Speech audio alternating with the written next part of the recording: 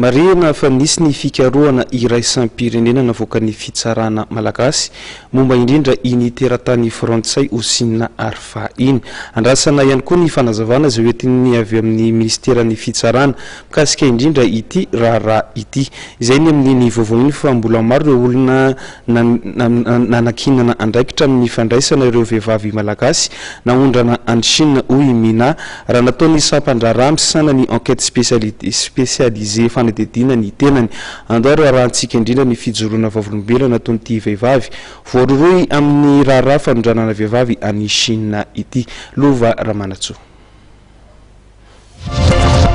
Juste hoe mandray andreo ankizy fotsiny dia mitady vady andreo ankizy ireo fa za juste hoe mitsena andreo ankizy ireo goanjoa dia mitondra andreo ankizy ireo any avadianiny ankizy zany hoe manambady sono izy dia après zany izy ohatrany hoe tsy dia tamana zany izy sono zany any hoe betsaka mitady vady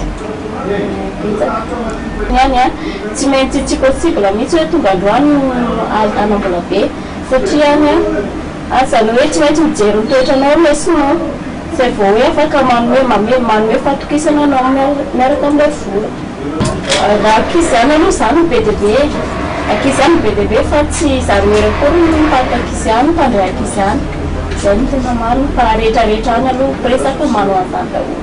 izy hoe avany atoliara